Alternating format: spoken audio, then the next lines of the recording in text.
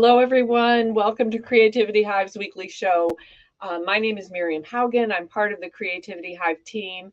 We help teach creatives how to make impactful storytelling videos through one-on-one teaching and live group coaching. And this week, our show is a spotlight on Neil Haugen. And so I'm bringing... Hello, everybody. Hello. So this week, as Miriam said, it's a spotlight on Neil Haugen.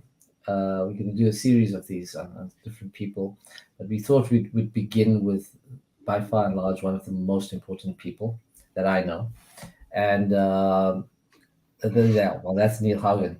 So Neil, this is how it's going to work, guys. I'm gonna kind of so-called interview Neil with a number of questions that just are kind of off the cuff. It's not been rehearsed. It's not been written down. I haven't thought them up. And Neil's going to kind of answer them in the span of 2 minutes per question, so that we can get into Neil's mind from a different perspective than general questions would. So Neil, whenever you're ready. And I have to say, I have no idea what Mo is going to be asking about. I have not seen anything, and he's been kind of laughing about this. So we'll see what kind of questions Mo is coming up with. I have no clue. I'm going to be coming up with questions without a script, without a rehearsal. It's going to be questions coming from me from the amount of time I know you and understand you, but I want to understand a little bit more, and I want to get it done in a kind of particular space of time. So when you're ready, anytime. Let me know. All right. So this is everyone. This is Neil Haugen. You've seen him quite a number of times on Creativity-Hive. Up on the top right is Miriam Haugen, Neil's lovely, beautiful wife, who's the creative director of the show. She puts the content together, and we also get her on Spotlight, by the way. But what I wanted to try to get to, Neil, is first and foremost, and here's where your 2 minutes kind of begin. I'll let you with that when it does. Could you tell me what the greatest creative experience you've ever had in your lifetime is? Starting now. Our children, our 3 children.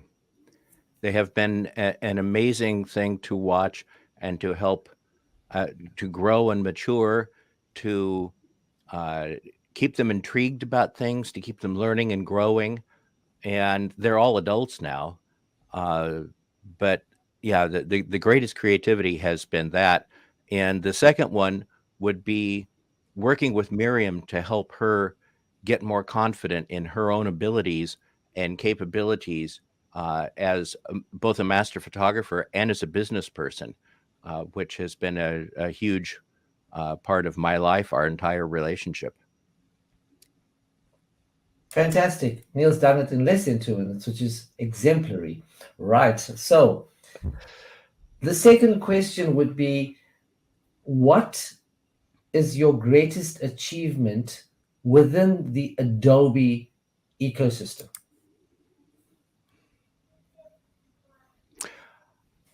I would say that's probably the number of correct answers that I've been given over the last 7 or 8 years.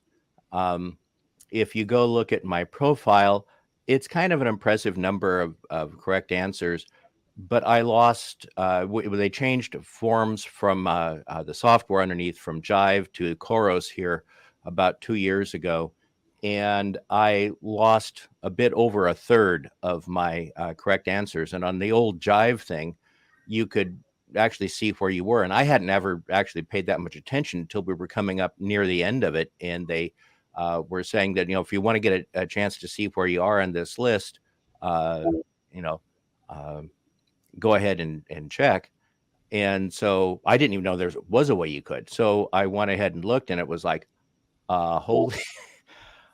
because there's these people that I had looked up to, not only within the Premiere Pro, but from being in what's now the Adobe Community Experience or Expert Group. It was Adobe Community Professionals, and it was it's been several things over the years. There's some people that I knew from Photoshop and other things that forums that I was really impressed with. Wow, this is an incredibly knowledgeable person, and find that most of those, my number of correct posts, and I had done it in less years, and I was like in the top 10 or 12 for like all time correct posts, and I was looking at that and going, wow, how did that happen? But um, it just Thank you, Neil. like helping. Thank you, Neil. That was great. That was your 2 minutes again. Okay, so for question number 3, what do you not like about the creative industry?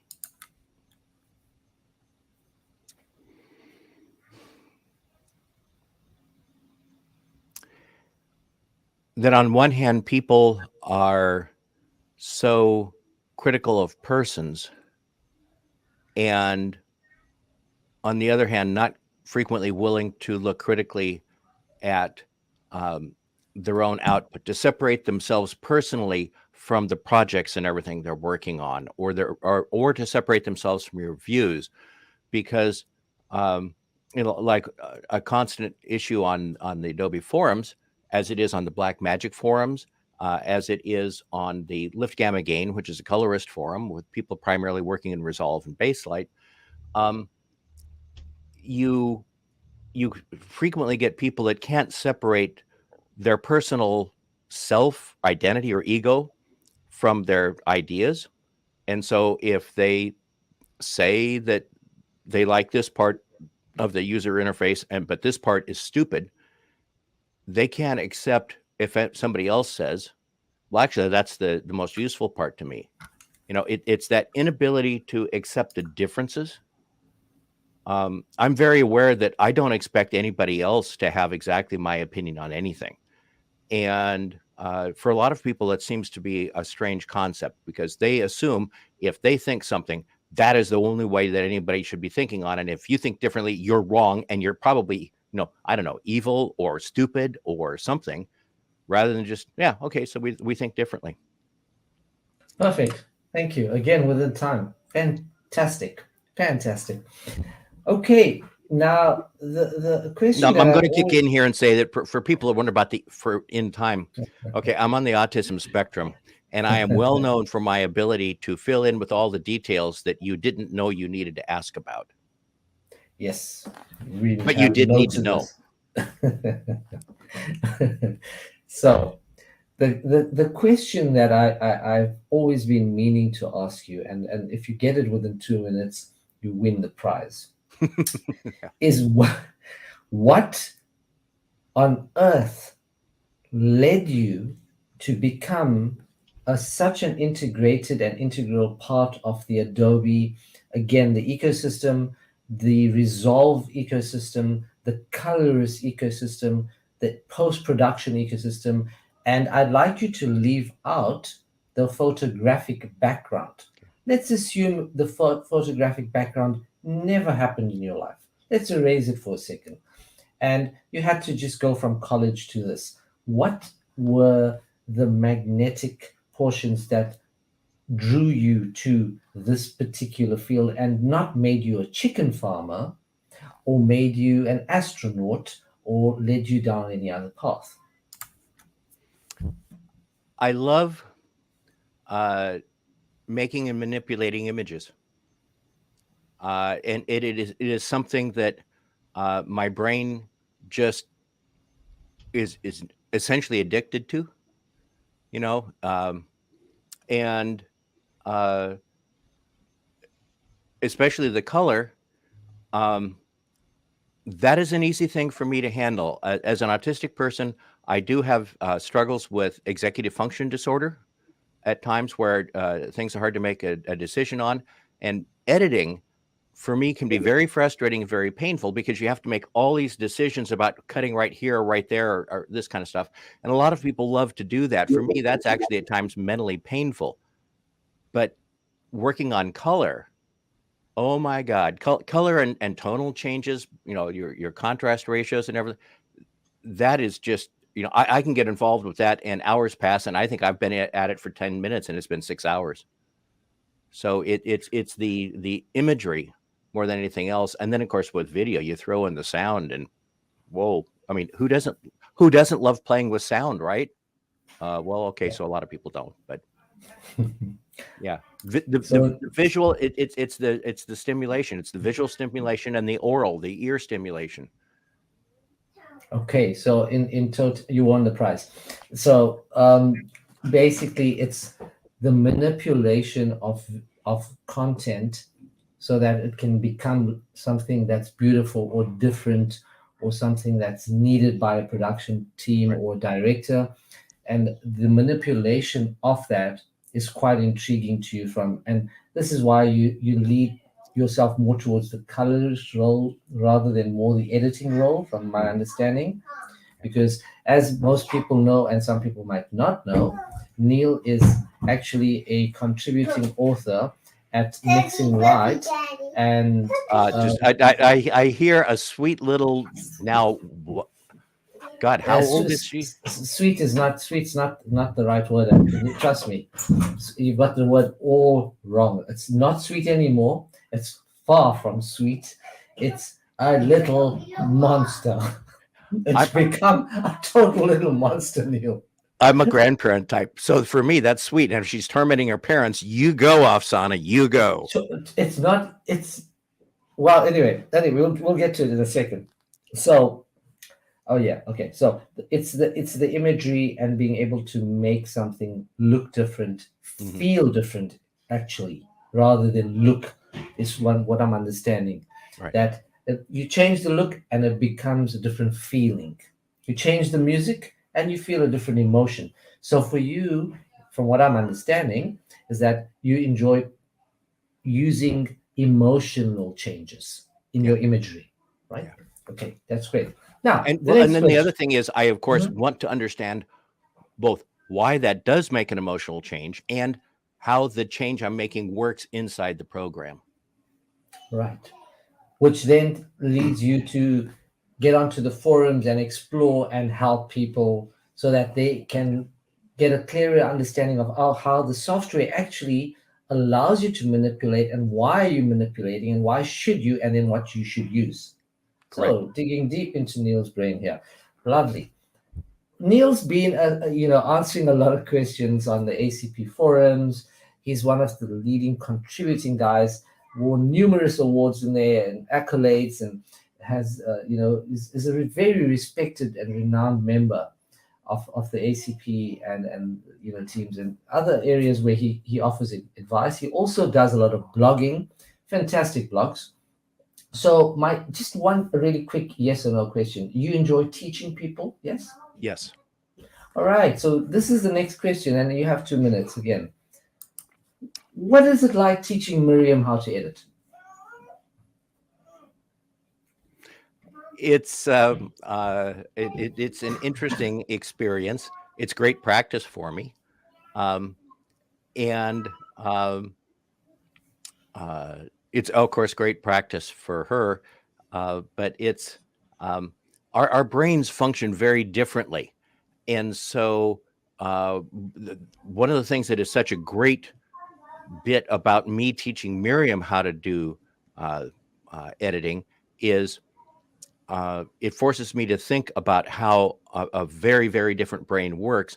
And of course, then you have to go, well, if I'm going to teach this person, I have to learn to anticipate how their brain might be working. And so give them the bit that is escaping them at the moment that will help answer and move them forward. And it's that learning to anticipate another brain and how it sees things and how it works that it's very useful, and it's been very good for me to work in teaching Miriam. I've found that an amazing learning experience for me. In what way? Does it teach you a little more patience as well? And does it? At times there is a bit more patience function in it, but a lot of it is, Miriam and I met here in Monmouth at Oregon, what was then Oregon College of Education. We were both studying to be teachers. And Miriam was planning on being a music K-12, kindergarten through 12. And I was in a high school program for English Lit major with minors in PE and music. And one of the buildings has a phrase on it: "Those who dare teach must never cease to learn." And thank you, Mr. Neil. Your time is up. Yep. For your 2 minutes, appreciate it. Sorry to cut you short, but hey, there's a that's the big answer. buzzer on my screen that's just ringing in my ears that you guys can't hear at this point in time. Which comes, the next question. If you had to produce, shoot, direct, edit an independent film, what do you think the storyline would be and why?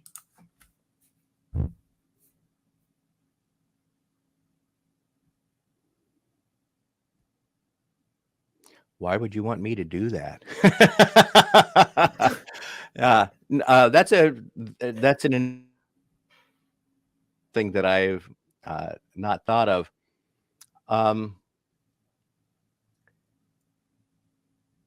It would probably be just something about someone's daily life and some seemingly insignificant decision that changed the course of their life and that of people around them, because that's the kind of thing that happens all the time. Like the phone ringing mid-interview, like the phone ringing from life, right? from the car like doctor, which we'll talk with the car doctor afterwards. Okay. So it's about a change in events in a person's life that would significantly change. Could you perhaps give me an example? There are quite frequently little things like just from our own life. Look at two decisions. I wanted to go to Pacific Lutheran University, but we couldn't afford that. My next choice was Southern Oregon State College, which gave me a lot of scholarship, but I had braces on. I'd had them for 3 years, and my dentist was telling me I'm going to have them for another 3 years, right? And he points out that if I go down there, that would be far enough away that I wouldn't be able to do the monthly appointments up here with him. And so I'd have to transfer to another doctor down there. It would add probably a year. And of course, would mean that rather than having paid for the whole thing, as we'd already finished paying for it, we'd have to start paying for it month by month again. So a tremendous cost, and probably another 2 or 3 years it would add to the total. Thank you, Neil. Your process. time's up. Well, your answer's not done yet. And so I ended up coming up to OCE as as my third choice, the one I didn't want to do, but it was because I came to OCE that I met, that lady in the upper corner. Right. So what we're going to do is we're going to get the buzzer up running in the background when it's happened. Okay, so we understand that. If you had to get up and look in the mirror, right? Mm-hmm. So you have this mirror. Do you have a square mirror? Do you have a round mirror in your bathroom? It's square, rectangular. Okay, a rectangular mirror. And you could kind of do this to it, and then you're going to kind of go through it like the Matrix almost, right? Like Mercury feel. What would you find or hope to find on the other side? No clue. What would you wish to find on the other side?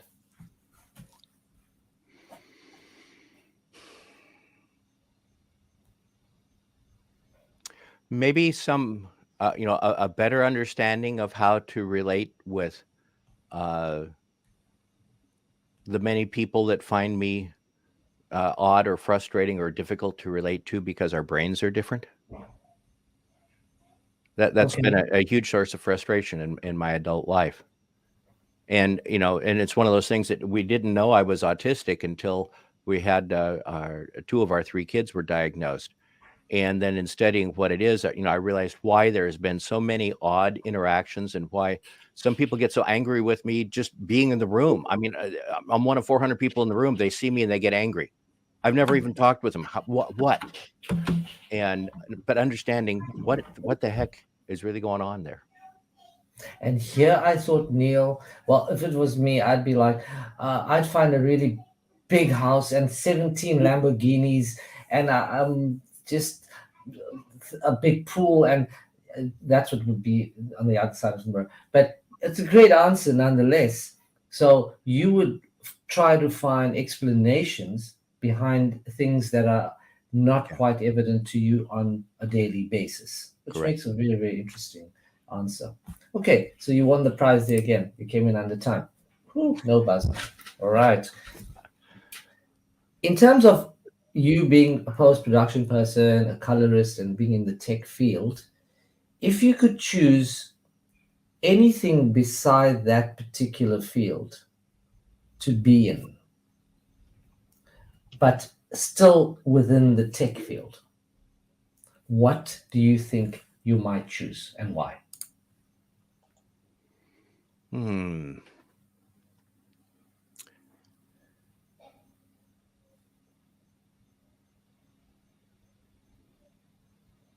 Well, I don't really know. You know, I have had a number of interests. So I could have done quite a number of different things and been happy. Marine biology, fascinating, and it's one of those things to realize that I could have, if I decided to, I could have chased after marine biology and found that a very interesting field. So yeah, my brain can do all kinds of things in all kinds of ways. It only works in one way. It's an analysis and synthesis machine, but that can be useful for all kinds of things. And I'm like a magpie, just, oh, that's interesting. Oh, that's interesting. And so, yeah, it's an excellent question that I can't really answer. Marine biology, because it was just interesting, the information that I found out. Of course, you have to take so many required classes, and I had to take a required class, and a lot of people just took like biology 101, biology 201, and well, you had to take 3 classes in biological sciences kind of things. And then I realized that, wait a minute, I don't have to take a third straight biology class. They got marine biology.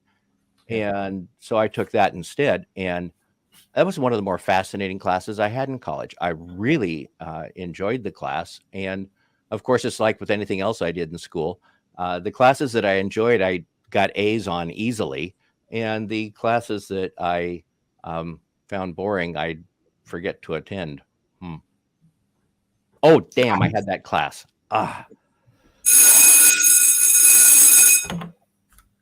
That's the buzzer I hear. Okay. Wow. So that's really interesting. Here's a quite an interesting question for you. You have Apple, you have Netflix, and you have Tesla, right? 3 separate companies. If you had the choice to work for one of them, just one, salary would be the same, everything, perks all the same, but you could choose to work for one of those companies, what would drive you to choose that particular company?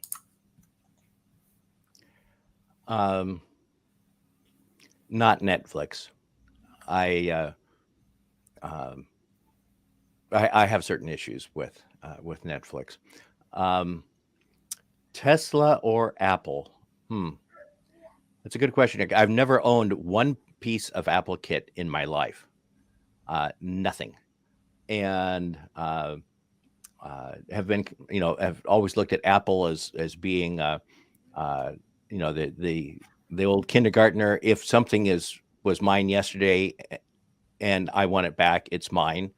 If I gave away something, it's mine if I want it. If you have something, it's mine if I want it. The kindergartner thing. And Tesla, at least I think I'd find Tesla more interesting for some of the stuff that they're trying to develop there. And that would probably be it. I would find the stuff that Tesla is trying to develop more interesting. So you would choose Tesla once again because It's intriguing and it fascinates you. All right. I have to go with what is going to intrigue my mind, or I'm not going to do it at all. That concludes part 1 of our spotlight on Neil Haugen. Join us next week for part 2.